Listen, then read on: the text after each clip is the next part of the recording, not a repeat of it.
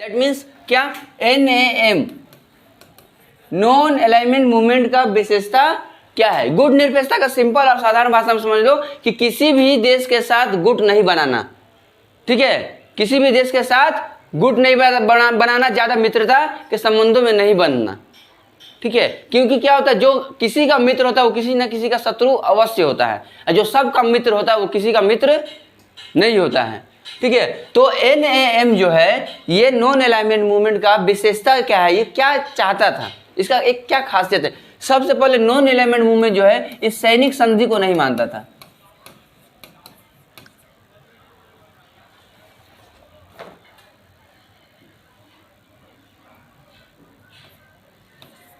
सैनिक संधि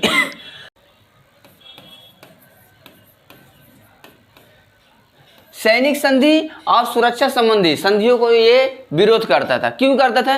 क्योंकि यदि कोई देश का सेना किसी दूसरे देश का सेना के साथ यदि संधि करता है तो क्या होता है, इससे नुकसान होगा। किसको नुकसान होगा? छोटे छोटे जो देश रहेंगे ना उसको नुकसान होगा। क्या है कि कोई भी मित्रता करना चाहता है तो क्या चाहता है कि अपने से बड़े, अपने से ज़्यादा बाहुबली हो, अपने से ज़्यादा जिसका अर्थव्यवस्था मजबूत हो, जिसका सैन्य ताकत मजबूत हो, उसके साथ दोस्ती करना चाहेगा लोग, छोटे देश के साथ तो करना नहीं चाहेगा।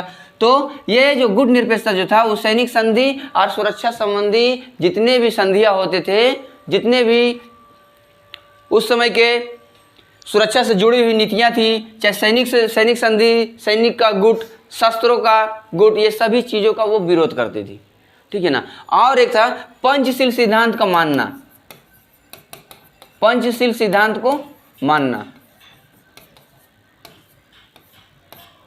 गुट निरपेक्ष देश जो भी थे, भारत तो था ही, साथ में चाइना भी था, ठीक है ना, क्योंकि चाइना तो पीछे वार कर ही दिया, भारत का ही बात करेंगे हम लोग, ठीक है ना। तो गुट निरपेक्ष में क्या किया जाता है, पंचशील सिद्धांत का पालन किया जाता था।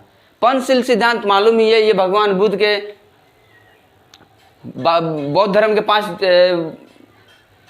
सिद्धांतों का ही लेखा जोखा है। ये 5 सिद्धांतों को मानता था। रुक दो इसको।